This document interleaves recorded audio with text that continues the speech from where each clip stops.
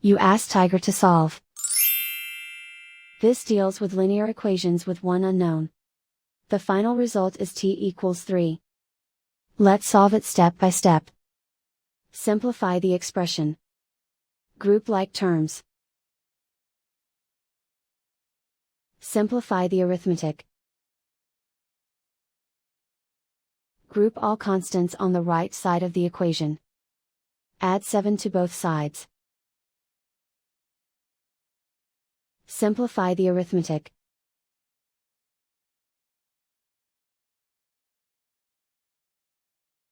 Isolate the t. Divide both sides by 3. Simplify the fraction. Find the greatest common factor of the numerator and denominator. Factor out and cancel the greatest common factor.